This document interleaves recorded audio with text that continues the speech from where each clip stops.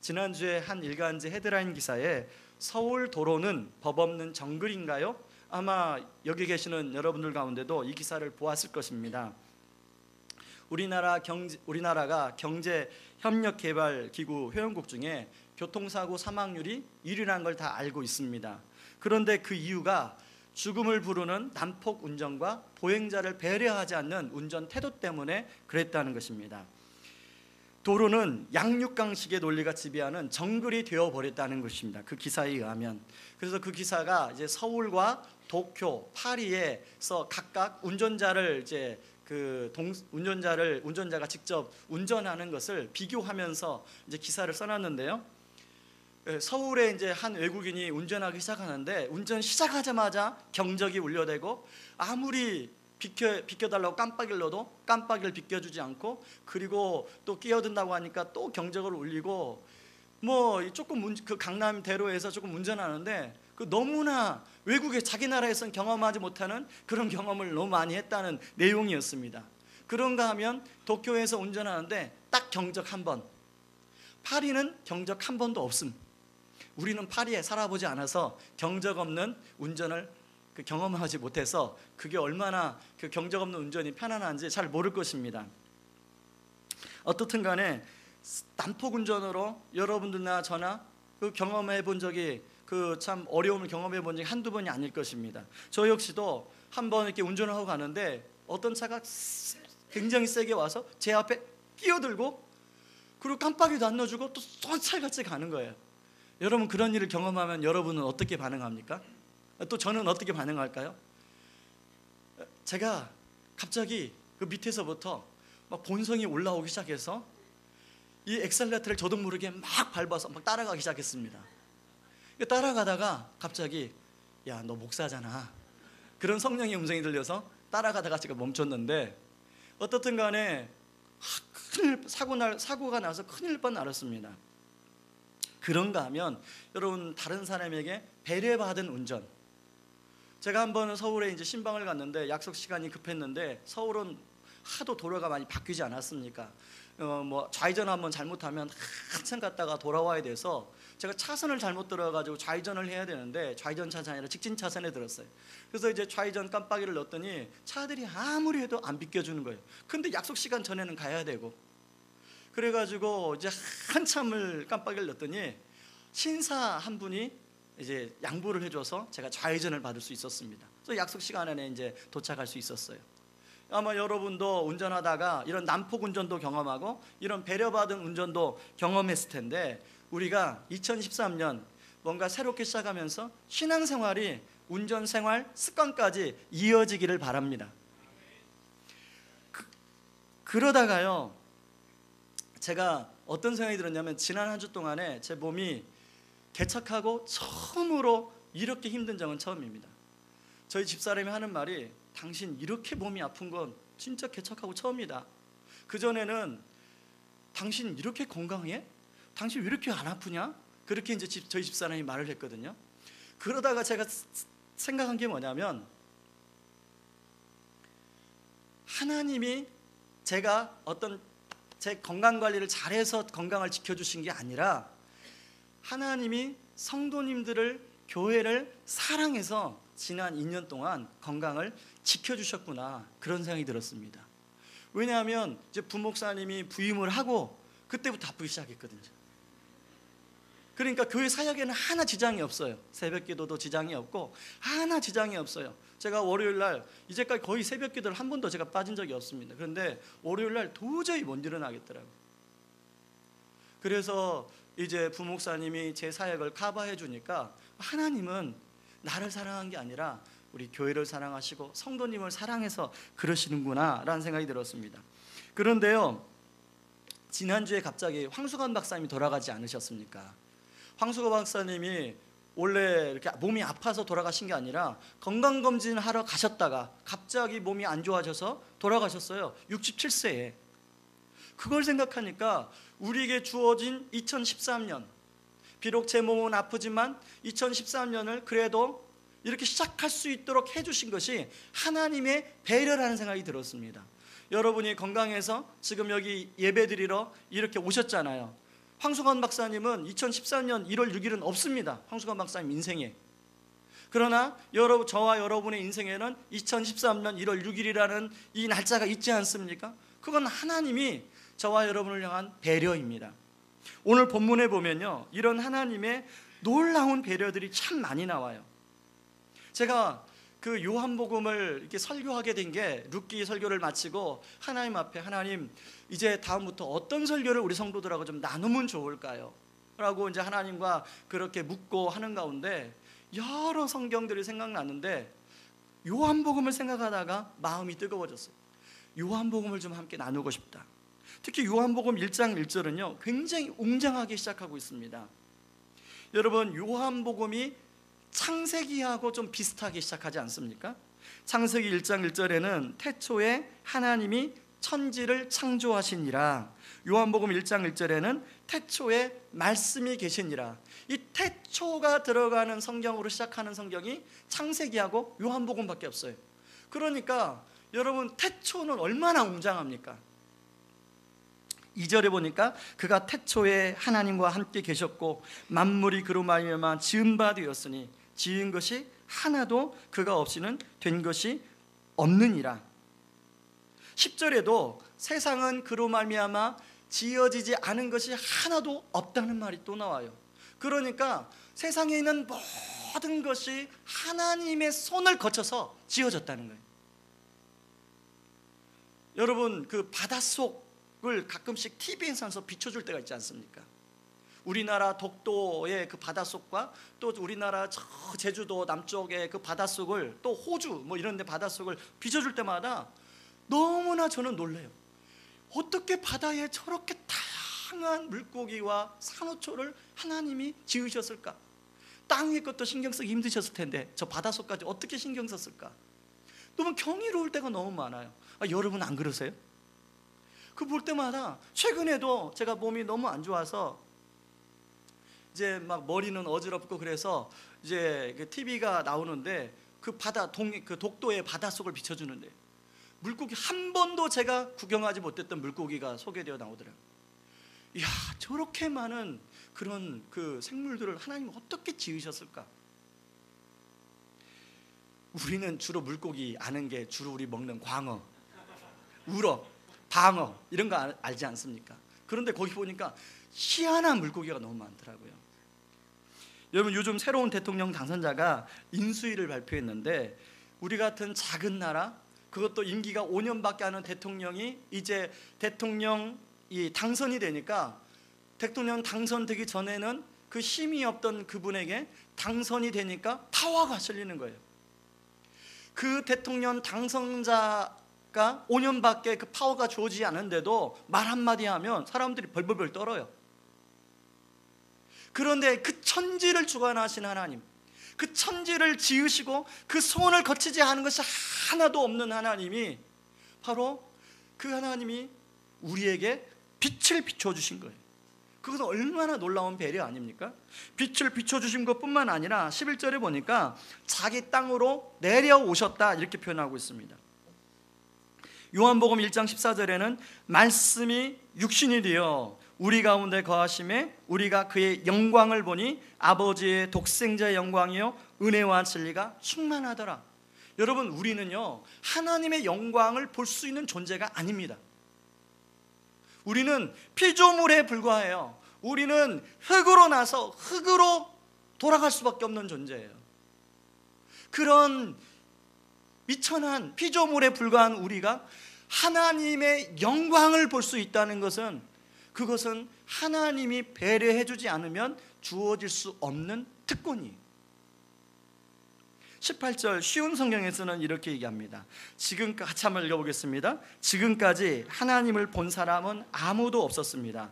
그러나 하나님이시며 아버지 곁에 계시던 독생자이신 분이 우리에게 하나님이 어떤 분이신지를 알려주셨습니다.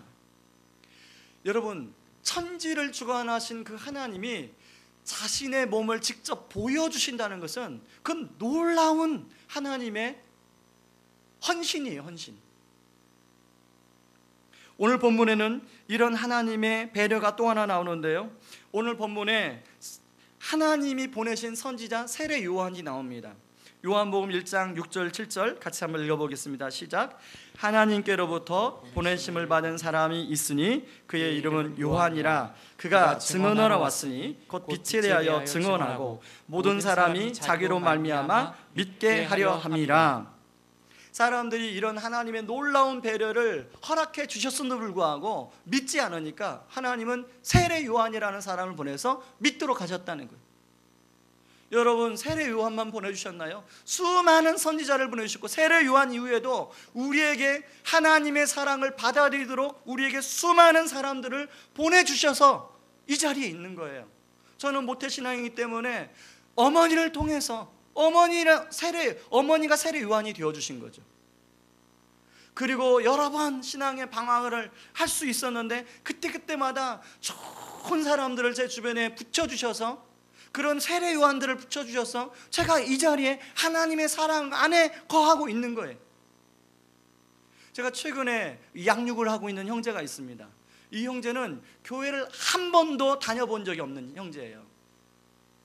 근데 어떻게 우리 교회에 지금 예배 드리고 있고 저랑 양육을 하게 됐냐면, 어느 날 자기 인생이 너무나 답답해서 이제 KBS 하는 두드림쇼, 저는 그거 한 번도 못 봤습니다. 거기에 김범수라는 가수가 나와서 자기 간증을 하더라는 거예요.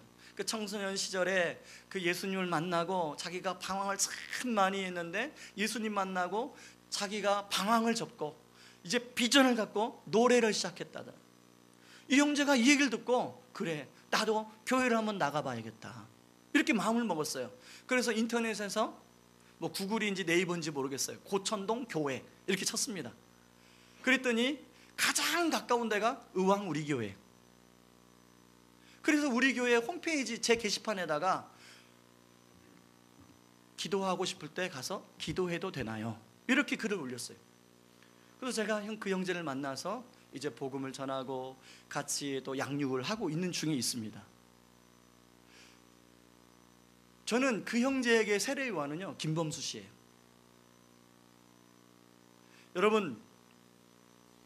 여러분의 세례 요한은 누구였습니까? 여러분은 어떻게 하나님의 사랑을 받아들이고 이 자리에 계세요? 그 하나님의 놀라운 배려를 받아들이기까지는 쉽지 않은데 그런 수많은 세례 요한들이 우리 주변에 있어요.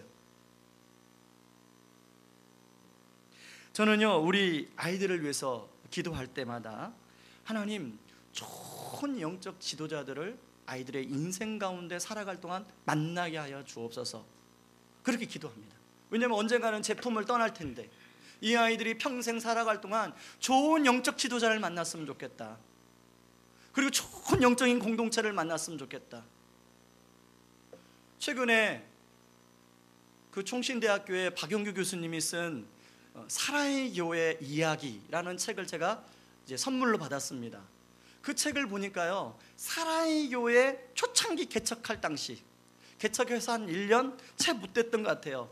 순장들 사진, 리더들 사진을 찍어놓은 흑백 사진이 나오더라고요. 거기에 한 10대 명 이렇게 흑백 사진이 이제 목사님하고 찍었는데 뭐 누가 목사님이고 흑백 사진이다 보니까 정확하게 보이지 않습니다. 그런데요, 그 사진을 이렇게 보고 있는데 이분들이 얼마나 인생이 풍성했을까. 옥하는 목사님이라는 그런 젊은 날에 그분을 만나고 자기 인생이 얼마나 풍성하게 이루어졌을까, 이런 생각을 하게 됐고, 그러다가 하나님, 제가 우리 성도들을 이렇게 옥하는 목사님처럼 잘 섬길 수 있는 종이 되게 하여 주시옵소서, 그런 기도가 나오더라고요. 여러분, 세 번째는요, 하나님의 배려가 또 하나가 나오는데요, 바로 요한복음에는 특이하게도 1장 1절도 말씀으로 시작하고요, 요한복음 마지막인 21장 24절 25절도 말씀에 대한 이야기로 마칩니다. 요한복음 21장 24절 25절을 같이 한번 읽어보겠습니다. 시작. 이 일을 증언하고 이 사람이라 우리는 그의 증언이 참된 줄 아노라. 예수께서 행하신 일이 이외에도 많으니 만일 낱낱이 기록된다면 이 세상이라도 이 기록된 책을 두기에 부족할 줄 아노라. 다시 말해서 하나님 말씀을 기록한 것은 그 사람들이 하나님의 사랑인 예수 그리스도를 알았으면 좋겠다, 그리고 그 예수 그리스도를 믿었으면 좋겠다. 그런 목적으로 이 요한복음을 기록했다라고 이야기하고 있는 것입니다. 다시 말해서 하나님의 말씀은 우리에게, 여러분이 갖고 있는 이 성경이 여러분 손에 지금 그 2000년이 지나도록 사라지지 않고 우리 손에 들려진 것은 하나님이 놀라운 배려예요. 여러분 교회사에 보면요, 성경을 없애려고 얼마나 많이 노력한 그런 역사의 기록들이 나온지 아십니까? 그런데도 하나님이 우리에게 이 하나님의 말씀을 보존시켜 주셔서 지금까지 우리 손에 들려주신 것은 하나님의 놀라운 배려예요. 하나님의 사랑을 받아들이도록 하는 하나님의 놀라운 배려예요. 저희 둘째, 제가 예전에도 한번 말씀드렸는데 저희 집 둘째의 특징은 잔머리의 대가입니다. 그리고 천방지축 스타일. 또 하나는 친구 관계는 너무 좋아요. 그러면 알겠죠? 근데 제가 둘째한테 물어봤어요. 너 이번에 송구 영신님 때 받은 말씀 카드가 뭐니? 물었더니 둘째가 하는 얘기가, 아빠 저에게 딱 맞는 말씀 받았어요. 그래서 무슨 말씀 받았길래? 제가 너무 궁금해가지고 그랬더니 저한테 보여주는 거예요. 시편 111편 10절 말씀입니다. 한번 보여주시기 바랍니다. 여호와를 경외함이 지혜의 근본이라. 그의 계명을 지키는 자는 다 훌륭한 지각을 가진 자이니 여호와를 찬양함이 영원히 계속되리로다. 저희 둘째는 잔머리 대가라고 그랬잖아요. 근데 자기가 딱 바꿔보니까 잔머리가 지혜의 근본이 아니라 여호와를 경외함이 지혜의 근본이라고 타는 게 자기 얘기인 거예요. 그래서 말씀 카드를 걔는 지금 자기 이 잠바 주머니에 넣고 다닙니다. 여러분, 저는 둘째에게 그 말씀을 준 건 그 아이를 향한 하나님의 배려예요. 그렇다면 이런 놀라운 배려에 우리가 어떻게 반응할 것인가? 첫 번째는 그런 배려를 받아들이는 것이 중요하다는 것입니다.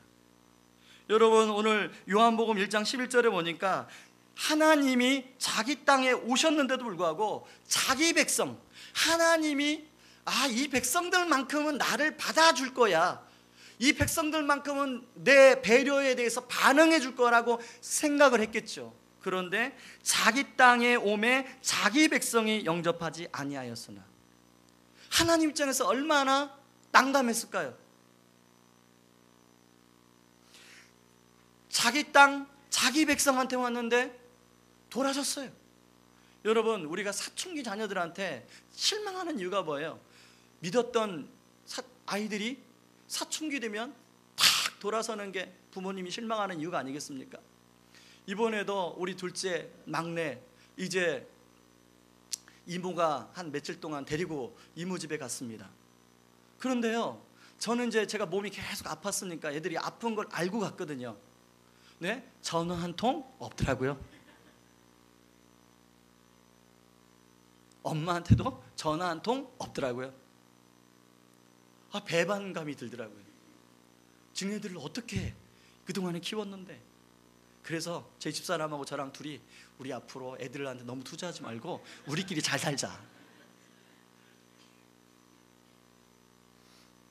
여러분들도 누군가에게 호의를 베풀었는데 그 호의를 받아주지 않을 때 얼마나 속이 상합니까? 때로는 자존심이 상하기도 해요. 그런데요, 오늘 12절 말씀에 보니까 반전이 일어나고 있어요. 12절 말씀에 영접하는 자, 곧 그 이름을 믿는 자들에게는 하나님의 자녀가 되는 권세를 주셨으니. 우리 개정개혁 성경에는 이 그러나라는 전치사가 잘 표현되지 않지만 영어 성경이나 원어 성경에 보면 yet, but 이런 단어가 정확하게 표현되고 있습니다. 영접하지 않는 사람도 있지만 영접하는 자에게는 하나님의 자녀로 삼아주신다는 거예요. 정말 순수한 마음으로 하나님의 사랑을 받아들인 자에게는 하나님의 자녀로 만들어주신다는 것입니다. 하나님의 자녀로 그렇게 살아가기 위해서는 두 가지가 필요한데요, 하나는 복음에 대한 순수한 깨달음, 그리고 그렇게 깨달으려면 성령이 인도해 주셔야 돼요. 복음에 대한 논리적인 깨달음만이 가지고서는 안 되고 그렇게 깨달을 수 있도록 성령이 마음의 문을 열어주셔야 돼요. 아무리 지식적으로 복음을 공부하고 하는 그것도 없으면 안 됩니다. 그거 너무 중요해요. 그런데 그것 플러스 성령의 인도하심이 있어야 돼요. 그 마음을 열어줘야. 그래서 저희 교회는 1:1 양육을 시작하고 있습니다. 그런 구원의 확신이 없는 성도님들, 그런 하나님이 놀라운 배려를 주셨음에도 불구하고 그런 배려를 전혀 받아들이지 않고 살아가는 그런 성도님들을 향해서 어떻게 하면 그분들에게 하나님의 이 놀라운 배려가 주어졌다는 것을 알게 할까? 그래서 1:1로 양육을 붙여서 하고 있어요. 어떤 분에게는 5주를 하고 어떤 분은 16주를 그렇게 말씀으로 하고 있습니다. 왜 그렇게 하고 있냐면 저 역시도 모태신앙으로 살았지만 한 번도 누가 저에게 이런 말씀으로 양육해 주지 않았어요. 그래서 저는 독학 출신, 독학. 군대 가서 너무나 하나님 말씀을 알고 싶어서 이제 불침번 근무 다 쓰고 새벽 5시, 6시 혼자 일어나서 일주일에 한 번씩 하나님의 말씀을 공부했어요. 지금 생각해 보니 그게 양육 과정이었던 것 같아요. 그러고 나니까 제가 하나님을 왜 믿어야 되는지, 하나님을 왜 의지해야 되는지 알겠더라고요. 예전에는 하나님이 그냥 어머니의 하나님으로만 있었다면 그 하나님이 이제 그 양육을 해보고 또 말씀을 알아가니까 이제 나의 하나님이 되더라고요. 나의 하나님. 혹시 여러분은 모태신앙 있으세요? 저 같은 모태신앙. 모태신앙이 3가지잖아요. 못된 신앙, 모델 신앙, 모태신앙. 아무것도 못한다 그래서 저는 여러분의 신앙이 모델 신앙, 그리고 여러분의 구원의 확신이 없는 분들은 그런 1:1 양육을 통해서 정말로 구원의 분명한 확신을 갖기를 주님의 이름으로 축원합니다. 그리고 그런 분들 다 1:1 양육 받으시기 바랍니다.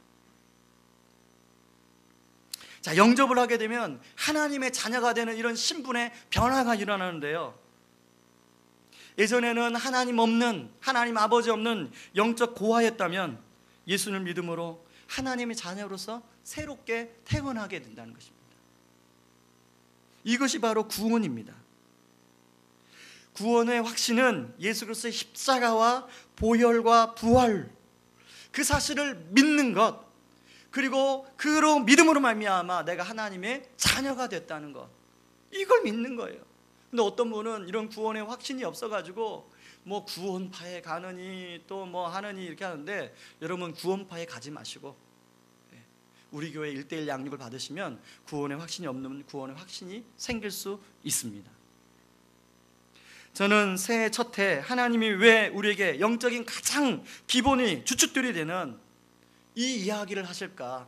그것은 바로 2013년에 거기에 이제 이 주춧돌이 흔들리지 않아야 거기에 우리의 신앙의 기둥을 세울 수 있지 않습니까? 바로 그래서 주춧돌 얘기를 하시는 거예요. 그러므로 여러분, 하나님의 자녀에 대한 확신 있으십니까? 구원의 확신이 있으십니까? 황수관 박사님처럼 이제 하나님이 우리를 언제 어떻게 부르실지 모를 때 천국 갈 확신이 있으십니까? 그리고 그 이유를 하나님이 부르실 때 그 명확한 이유가 예수 그리스도의 보혈 때문이라고 우리가 답변할 수 있습니까? 그 대답을 점검해 보시기를 주의 이름으로 축원합니다. 두 번째는 그 하나님의 사랑을 받아 누리는 거예요. 여기 요한복음 1장 12절에 보니까 영접하는 자 곧 그 이름을 믿는 자들에게는 하나님의 자녀가 되는 권세를 주셨다. 근데 이 권세란 말은 뭔뭐를 할 수 있는 능력이란 말이에요.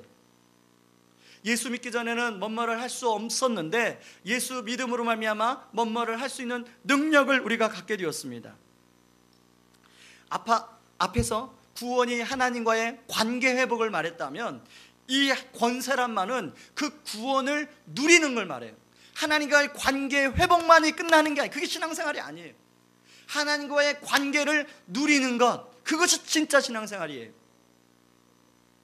제가 히스기야 왕을 한번 예를 들어보겠습니다. 구약 성경에 보면 열왕기하에 히스기야 왕이 나옵니다.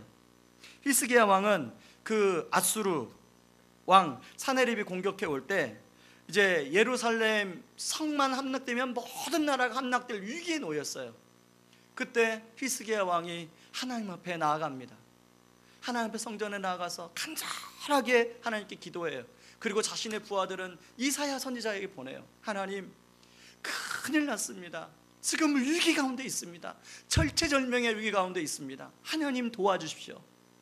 하나님이 그 히스기야 왕의 그 태도를 보시고 그 아수르 왕의 군대를 하나님이 물리치십니다.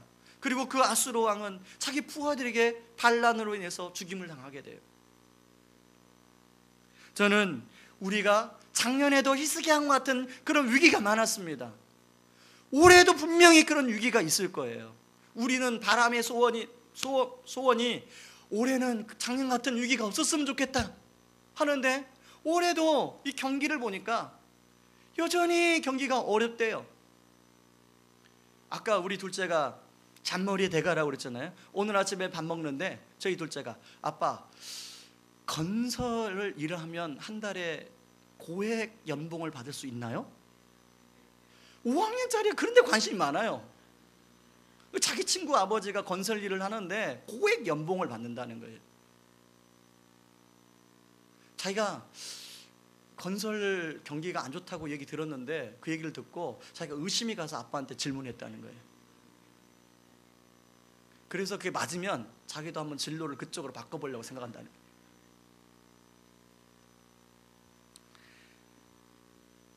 왕하 19장 1절 2절. 히스기야 왕이 듣고 그 옷을 찢고 굵은 벤을 두르고 여호와의 전에 들어가서 왕궁의 책임자인 엘리야김과 서기관 셈나와 제사 중 장로들에게 굵은 벤을 둘러서 아모스의 아들 선지자 이사야에게로 보내매.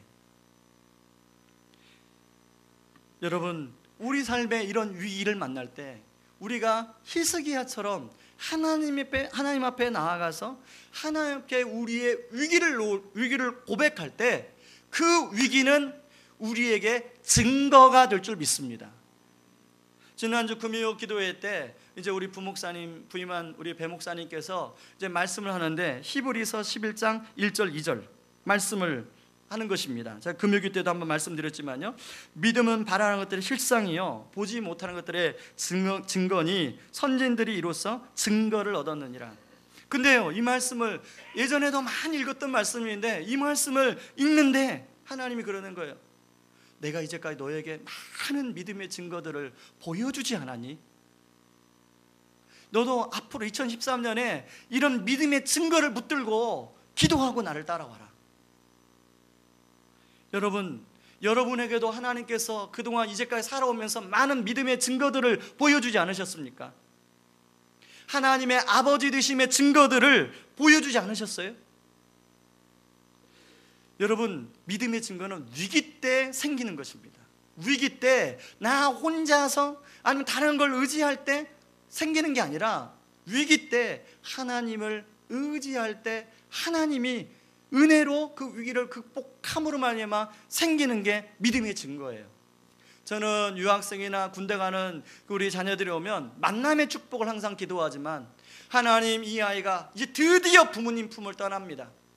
하나님, 부모님 품을 떠날 때 고독이 찾아올 때가 있을 텐데, 고독 찾아올 때 하나님 만나 믿음의 증거를 갖는 이 아이가 되게 하여 주시옵소서, 그렇게 기도해요.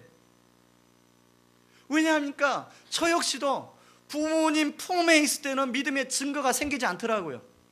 나름대로 부모님이 다 커버해 주니까. 그러나 부모님 품을 떠났더니 여러 가지 삶의 문제가 부딪히면서 그런 거 씨름하는 가운데 하나님께서 믿음의 증거들을 제 인생 가운데 하나님께서 허락해 주셔요. 그래서 인생은 믿음의 증거들을 디딤돌로 밟고 살아가는 게 저는 인생이라고 생각합니다. 저는 2013년에 여러분들의 안에 이런 믿음의 증거들이 더욱더 쌓여가는 그런 한 해가 되기를 주님의 이름으로 축원합니다. 그리고 그런 믿음의 증거들을 우리 자녀들에게 물려줄 수 있길 바라요.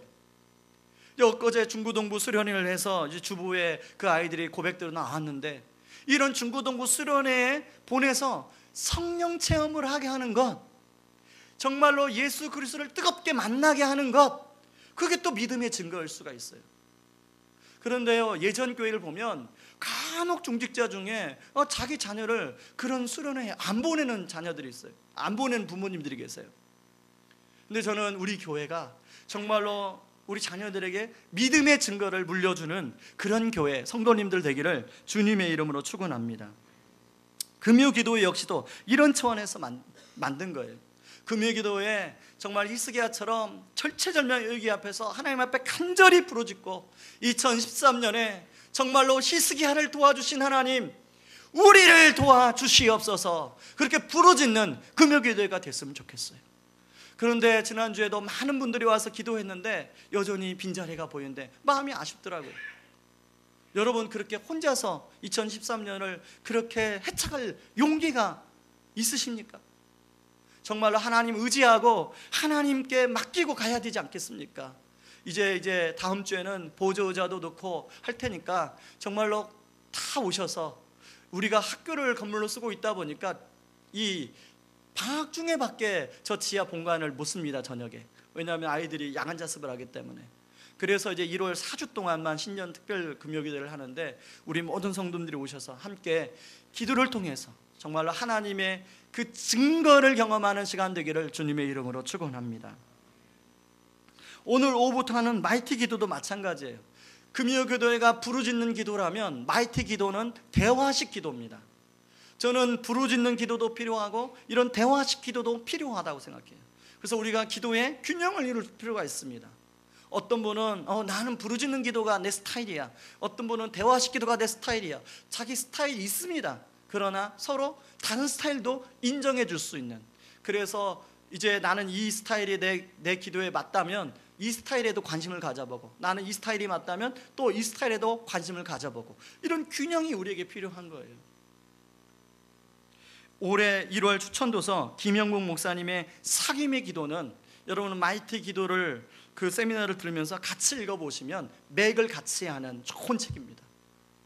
아주 책이 좋아요. 제가 김영국 목사님 그 책을, 사귐의 기도 책을 읽고 많은 우리 성도들에게 이제까지 소개했는데 하나같이 반응이 좋아요. 그 책의 반응이. 그래서 여러분들이 북카페에 가셔서 이 책도 읽어보시면 도움이 되실 줄 믿습니다. 우리 이 시간에 제가 말씀에 결을 맺겠는데요, 세상을 만드신 분, 세상을 하나님께서 그 어떤 것 하나도 하나님의 손을 거치지 않고 지어진 것이 없는 그런 하나님께서 저와 여러분을 향해서 배려해 주셨다는 거예요. 찾아와 주셨다는 거예요. 그리고 세례요한 같은 사람들 보내서 우리로 하여금 하나님 사랑을 받아들이도록 그렇게 도와주셨다는 거예요. 여러분들에게 세례요한은 누구였습니까? 여러분이 이제까지 어떤 영향을 받은 어떤 목사님일 수도 있을 거예요. 아니면 여러분이 잘 알고 있는 어떤 분일 수도 있을 거예요. 그리고 하나님은 우리에게 이 하나님의 말씀을 보존해서 우리에게 선물로 주셨어요. 이런 하나님의 놀라운 배려 앞에 우리가 두 가지로 반응해 나가기를 원합니다. 첫 번째는 그 사랑을 받아들이는 거예요. 그리고 하나님의 자녀됨의 확신을 가지고 살아가는 거예요. 두 번째는 그 사랑을 받아 누리는 것입니다. 정말로 하나님의 아버지 되심, 내가 영적 고아가 아니라 하나님이 나의 참된 아버지가 되어주신 사실을 정말로 받아 누리는 그 삶이 우리 안에 회복되기를 주님의 이름으로 축원합니다. 이 시간에 같이 그 사랑 얼마나 아름다운지 같이 찬양하고 우리 기도하기를 원합니다.